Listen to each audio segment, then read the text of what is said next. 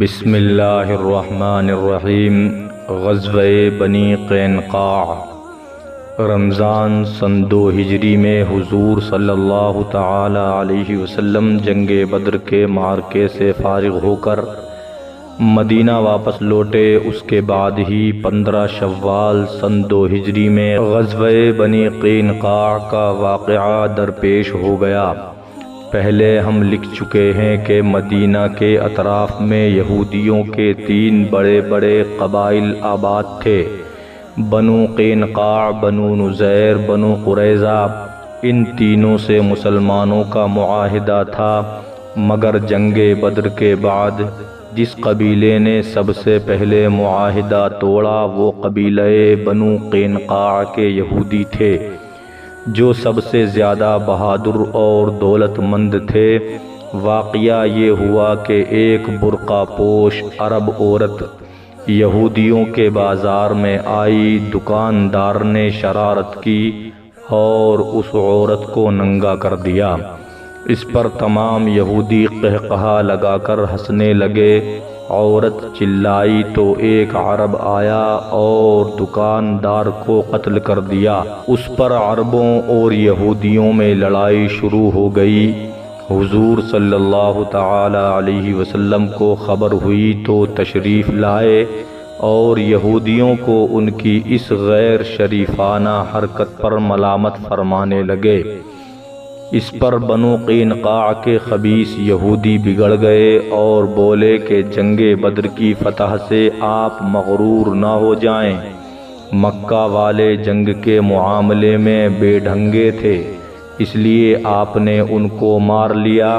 اگر ہم سے آپ کا سابقہ پڑا تو آپ کو معلوم ہو جائے گا کہ جنگ کس چیز کا نام ہے اور لڑنے والے کیسے ہوتے ہیں۔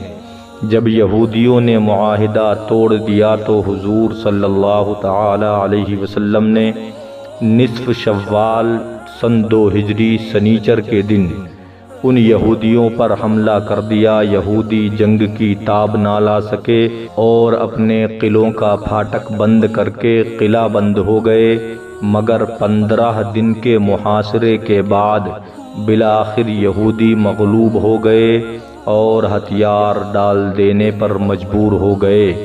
حضور صلی اللہ تعالی علیہ وسلم نے صحابہ اکرام کے مشورے سے ان یہودیوں کو شہر بدر کر دیا اور یہ عہد شکن بد ذات یہودی ملک شام کے مقام ازریعات میں جا کر آباد ہو گئے۔ غزوہ سویق۔ یہ ہم تحریر کر چکے ہیں کہ جنگ بدر کے بعد مکہ کے ہر گھر میں سرداران قریش کے قتل ہو جانے کا ماتم برپا تھا اور اپنے مقتولوں کا بدلہ لینے کے لیے مکہ کا بچہ بچہ مضطرب اور بے قرار تھا۔ چنانچہ غزوہ سویق اور جنگ احد وغیرہ کی لڑائیاں مکہ والوں کے اسی جوش انتقام کا نتیجہ ہیں۔ عتبہ اور ابو جہل کے قتل ہو جانے کے بعد اب قریش کا سردار اعظم ابو سفیان تھا اور اس منصب کا سب سے بڑا کام غزوہ بدر کا انتقام تھا۔ چنانچہ ابو سفیان نے قسم کھا لی کہ جب تک بدر کے مقتولوں کا مسلمانوں سے بدلہ نہ لے لوں گا، نہ غسل جنابت کروں گا، نہ سر میں تیل ڈالوں گا۔ چنانچہ جنگ بدر کے 2 ماہ بعد ذی الحجہ سن 2 ہجری میں ابو سفیان 200 شتر سواروں کا لشکر لے کر مدینہ کی طرف بڑھا۔ اس کو یہودیوں پر بڑا بھروسہ بلکہ ناز تھا کہ مسلمانوں کے مقابلے میں وہ اس کی مدد کریں گے۔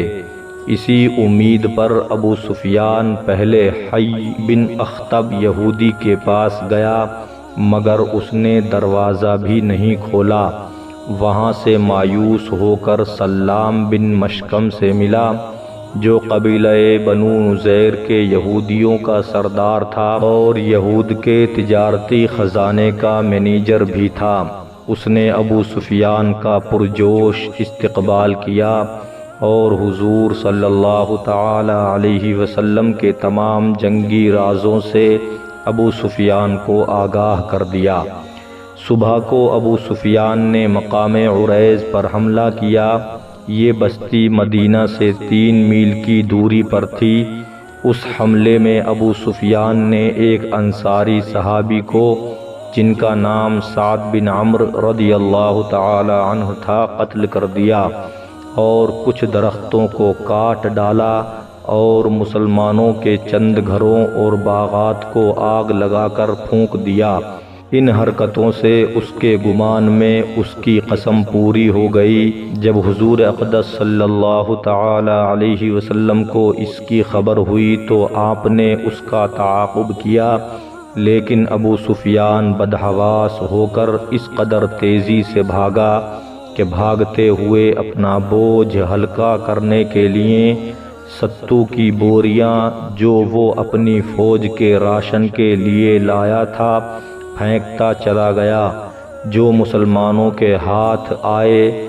عربی زبان میں ستو کو سویق کہتے ہیں، اسی لیے اس غزوے کا نام غزوہ سویق پڑ گیا۔